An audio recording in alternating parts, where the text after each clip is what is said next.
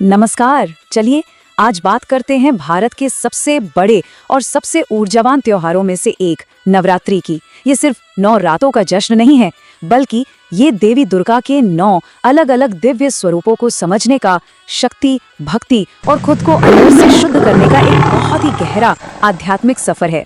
तो आइए इस सफर के हर एक पड़ाव को थोड़ा और करीब से समझते हैं। देखिए, किसी भी चीज को समझने की शुरुआत होती है उसके नाम से। नवरात्रि ये संस्कृत के 2 शब्दों से मिलकर बना है। पहला नव, जिसका मतलब है 9, और दूसरा रातें यानी रातें। तो इसका सीधा सा मतलब हुआ 9 रातें। ये वो 9 खास रातें हैं जो उत्सव के साथ साथ गहरी आध्यात्मिक साधना के लिए भी समर्पित हैं। ये त्योहार साल में 2 बार मनाया जाता है, एक चैत्र नवरात्रि और दूसरा शारदीय नवरात्रि। इन 9 दिनों में भक्त व्रत रखते हैं, प्रार्थना करते हैं और हर एक दिन माँ दुर्गा के एक खास स्वरूप की पूजा के लिए समर्पित होता है। और इसका अंत होता है कन्या पूजन और फिर दशहरे के साथ, जो बुराई पर अच्छाई की सबसे बड़ी जीत का प्रतीक है। तो चलिए अब इस यात्रा का पहला पड़ाव शुरू करते हैं। यहाँ हम देवी के पहले 3 स्वरूपों से मिलेंगे जो असल में शक्ति और दृढ़ संकल्प की नींव रखते हैं। पहले दिन हम पूजा करते हैं माँ शैलपुत्री की, जिनका मतलब है पर्वत की पुत्री। वो हिमालय की बेटी हैं। सोचिए, उनका बैल पर सवार होना, हाथ में त्रिशूल और कमल का फूल, ये सब उनकी अटूट शक्ति, हिम्मत और गहरी भक्ति को दिखाता है। ये इस यात्रा का पहला कदम है, अपने अंदर की शक्ति को पहचानना। अब देखिए, शक्ति को पहचान लेना एक बात है, पर उसे साधना, उस पर नियंत्रण पाना, ये असली काम है। तो दूसरे दिन बारी आती है माँ ब्रह्मचारिणी की, जो तप और साधना की देवी हैं। उनके हाथों में जो जपमाला और कमंडलू है ना, वो सिर्फ चीजें नहीं है, बल्कि गहरे संयम और ध्यान का प्रतीक है। उनका स्वरूप हमें सिखाता है कि आध्यात्मिक अनुशासन कितना जरूरी है। और जब शक्ति को अनुशासन मिल जाता है तो वो शांति भी देती है और वीरता भी। तीसरा स्वरूप है माँ चंद्रघंटा का। उनके माथे पर घंटे के आकार का एक अर्धचंद्र है, इसीलिए उनका ये नाम पड़ा। उनकी सुनहरी चमक और शेर की सवारी उनकी वीरता को दिखाती है। तो वहीं उनके 10 हाथों में मौजूद अस्त्र शस्त्र भक्तों को शांति और सुरक्षा का आशीर्वाद देते हैं।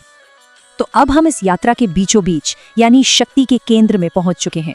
यहाँ देवी के जो स्वरूप हैं वो सृष्टि, मातृत्व और करुणा पर ध्यान केंद्रित करते हैं। चौथा दिन है माँ कुष्मांडा का। इनके बारे में एक बहुत ही खूबसूरत मान्यता है।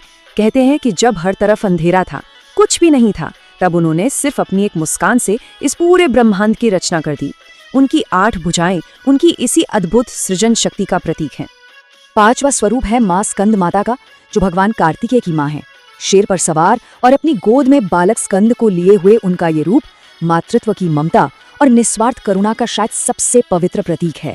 ये हमें सिखाता है कि सृजन के बाद संरक्षण की भावना कितनी जरूरी है। छठे दिन हम पूजते हैं माँ कात्यायनी को। वे ऋषि कात्यायन की पुत्री हैं और साहस और शक्ति की देवी हैं। असल में उनका जन्म ही दुष्टों का नाश करने के लिए हुआ था।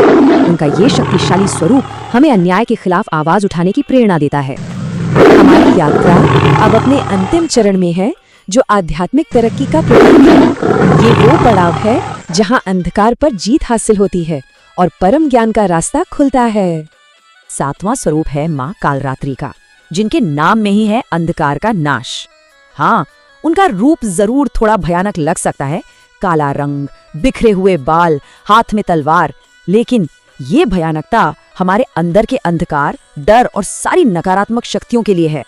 वो हर तरह के भय को खत्म कर देती हैं। और जब अंधकार का नाश हो जाता है तो पीछे क्या बचता है? सिर्फ और सिर्फ पवित्रता और रोशनी। 8वें दिन माँ महागौरी उसी रोशनी का प्रतीक हैं। उनका बेहद गोरा और शांत रूप, सफेद कपड़े और बैल की सवारी जीवन में पवित्रता, शांति और समृद्धि आने का संकेत है। और आखिर में 9वें दिन हम इस सफर के शिखर पर पहुंचते हैं, माँ सिद्धिदात्री के पास। सिद्धि का मतलब है कोई भी चीज हासिल करना, और वे हर तरह की अलौकिक शक्तियों और ज्ञान को देने वाली हैं। कमल पर बैठी हुई माँ का ये स्वरूप इस 9 दिन की आध्यात्मिक यात्रा की सफलता और परम ज्ञान की प्राप्ति का प्रतीक है। तो ये जो 9 स्वरूप हैं, ये सिर्फ देवी की कहानियां नहीं है। इस पूरे त्योहार का एक बहुत गहरा मतलब है, जो इन सभी पूजा पाठ और अनुष्ठानों से कहीं आगे है। तो ये रास्ता दिखता कैसा है? देखिए, उपवास यानी व्रत के जरिए शरीर को अनुशासित किया जाता है। ध्यान यानी मेडिटेशन से मन को एक जगह केंद्रित किया जाता है। और जब ये दोनों मिलते हैं तो होती है आत्मशुद्धि यानी आत्मा की एक गहरी सफाई। ये एक पूरी आध्यात्मिक प्रक्रिया है। तो असल में नवरात्रि सिर्फ एक त्योहार नहीं, बल्कि अपने अंदर एक नई शुरुआत करने का, खुद को रीन्यू करने का एक मौका है। ये हम सबके भीतर की बुराइयों से अच्छाई की ओर और अज्ञान से ज्ञान की ओर बढ़ने की यात्रा का प्रतीक है। और इस पूरी यात्रा का, इस पूरे सफर का अंतिम पड़ाव क्या है? वो है विजय। ये सिर्फ कोई कहानी नहीं, बल्कि यूनिवर्सल ट्रूथ है कि अंत में जीत हमेशा अच्छाई की, धर्म की, प्रकाश की और ज्ञान की ही होती है। नवरात्रि और दशहरा का सबसे बड़ा संदेश यही है। तो अंत में बस एक सवाल मन में आता है कि अगर ये 9 रातें बाहरी दुनिया में दिव्य शक्ति का जश्न मना सकती हैं, तो क्यों ना इन्हें अपने अंदर छिपी हुई शक्तियों को खोजने और उन्हें जगाने का एक अवसर बनाया जाए।